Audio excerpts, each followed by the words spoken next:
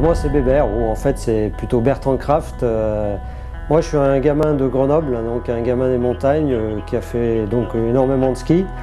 Et puis du coup l'été, comme on tournait un peu en rond à la maison avec mes frangins, on s'est mis au windsurf.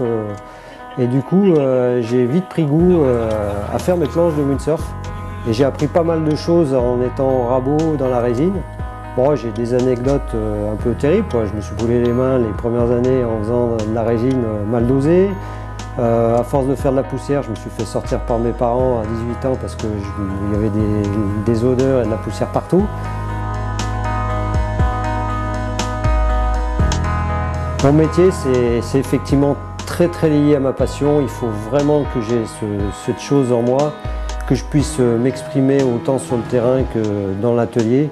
Donc moi, si je fais trop de bureaux, j'ai la soupape qui disjoncte et du coup il faut que j'aille soit à l'eau, soit à la neige et que je lâche les watts dans ce monde de la glisse.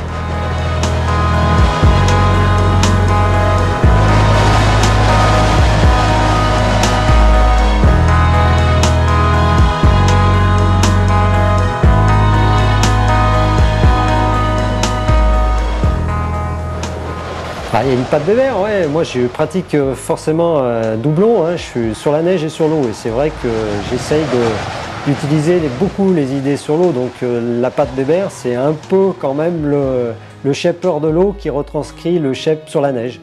Et du coup c'est finalement assez proche, l'eau et la neige. En bout du compte c'est proche. Un shaper, ça s'arrête pas de réfléchir. C'est d'ailleurs mon problème, c'est que la nuit, des fois, je me réveille le matin parce que la nuit, j'ai mal dormi, tellement j'ai réfléchi. Alors j'ai du mal à expliquer ça aux gens parce qu'ils ne comprennent pas qu'en dormant, on réfléchit autant. Mais souvent, le matin, j'ai résolu le problème de la veille où j'ai l'idée qu'il faut que je fasse très vite parce que c'est une bonne idée à mettre en place pour mes produits. Pour moi, les étapes de la conception d'un ski, c'est simple, hein. C'est déjà de prendre, moi je prends toujours un papier, un crayon et puis j'esquisse, je fais des crobards dans mon coin ou souvent même en réunion parce que les réunions ça me gonfle et du coup je fais ça en réunion. Sortie de réunion, j'ai souvent esquissé un truc qui tient à peu près la route et je passe tout de suite après sur l'ordi parce qu'on a des logiciels sur l'ordinateur qui nous permettent de vite faire des volumes intéressants et de voir si le crowbar qu'on avait fait finalement il déconne pas trop. Et souvent je trouve que je suis assez proche de la vérité. Donc la conception sur ordi est forcément l'étape obligée. Et puis elle nous impose tout de suite la création de moules qu'on va retrouver en atelier pour fabriquer nos skis. Et souvent quand on réceptionne ces moules, eh ben, on est toute une équipe à concevoir ces skis.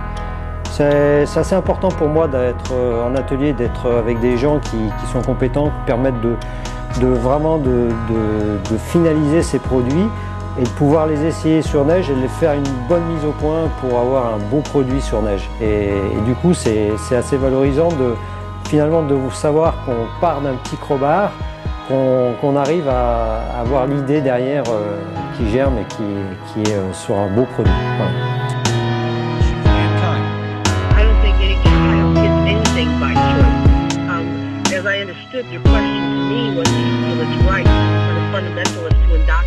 Dans tout le monde de la glisse, il y a forcément des nouvelles idées, il y a toujours à innover.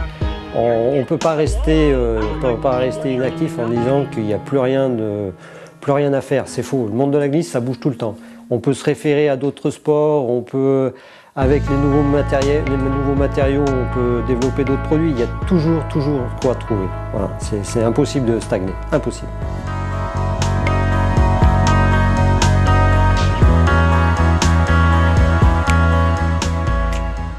Next time on Solomon Free Ski TV, ski bums never die. Just out having fun. Everybody, you know, you can't be grumpy with this crowd because you won't be skiing with us very long.